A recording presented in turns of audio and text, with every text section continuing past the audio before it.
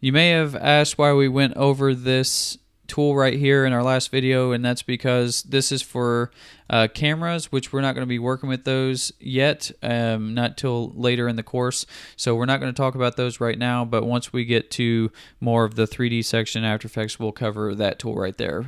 For this one, we're going to go over this shape tool, and this allows us to select anything from a square rectangle all the way down to a star, and then you can add a fill and a stroke to it and put it onto your canvas. So let's go ahead and disable this visibility here, and we're going to create a couple shapes. So one thing that you can do with After Effects is you can take one of these shapes, go through, and we'll pick a color. Let's say we're going to do this a little bit lighter of a color since we have a dark background, and then we won't do a stroke right now, but if you go under this shape, you can click and drag onto your canvas, and we'll go back to the selection tool to allow us to move that around.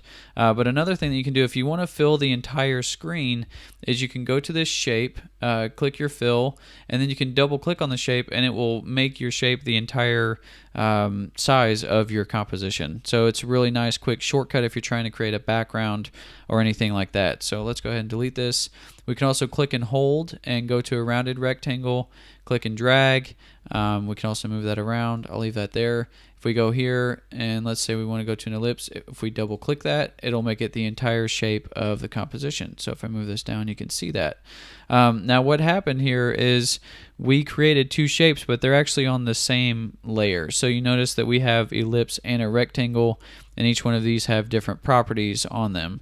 But we didn't want to do that. We want to just have them on separate layers. So if you click off of here, click your shape, double click it, it'll actually put it onto a different shape layer, and it will increment the number by 1. So now we've got the ellipse here, and then we've got the rounded rectangle, which we can have here. Now if you want to change the properties, you can go up here to the fill and change the color if you'd like, and then you can have all these different properties here, which we'll be covering when we get into the timeline section.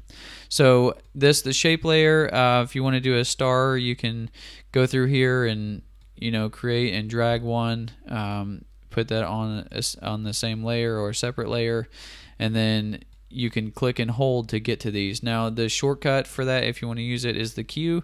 So you can just hit Q to cycle through them, through the different shapes.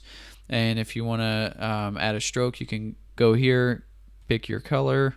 Let's make this like a blue, and you can see that it goes around here. So each time you add one of these, you can still make the changes here in the timeline on that shape. If you click this down arrow, you can see that we have stroke and fill and a lot of other properties.